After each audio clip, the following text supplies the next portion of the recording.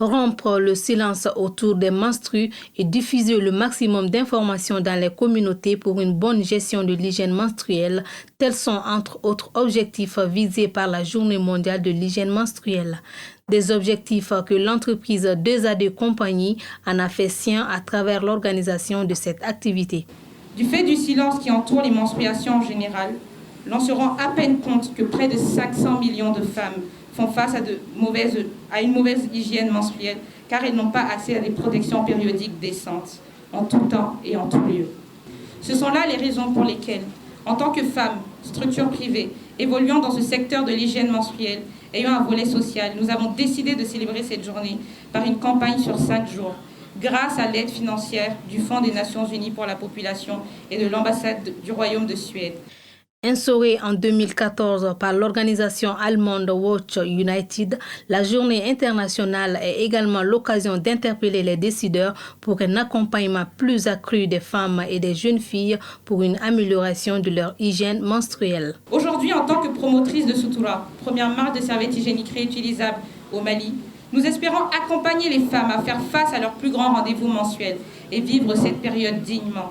Le Fonds des Nations Unies pour la population, l'un des partenaires stratégiques de l'entreprise 2AD Compagnie, apporte son soutien à ce projet conformément à sa politique de respect des droits humains qui doivent être préservés. C'est dans ce sens que le Fonds des Nations Unies pour la population œuvre à côté de l'État, à côté du gouvernement du Mali, pour l'offre et l'utilisation des services de santé reproductive, la diminution des violences basées sur le genre, les actions ciblées pour la santé reproductive des adolescentes et des jeunes. La présidente de l'association Espoir pour les albinos se dit fière de la prise en compte de cette couche sociale car stigmatisées et exclues, les personnes atteintes d'albinisme sont le plus souvent les grandes oubliées de la société. En tant que présidente de l'association des personnes atteintes d'albinisme, je suis ravie que la gestion menstruelle de cette catégorie de femmes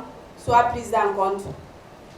Car en effet, malheureusement, nous oublions souvent que les personnes atteintes d'albinisme sont aussi des humains qui sont confrontés aux mêmes défis que les autres femmes.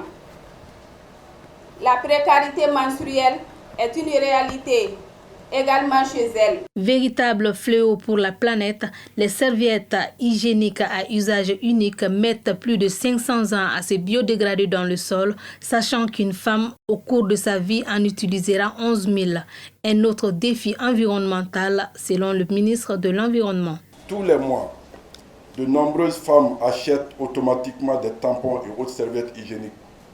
Elles mettent ensuite ces derniers à la poubelle sans réfléchir aux conséquences environnementales de ce geste.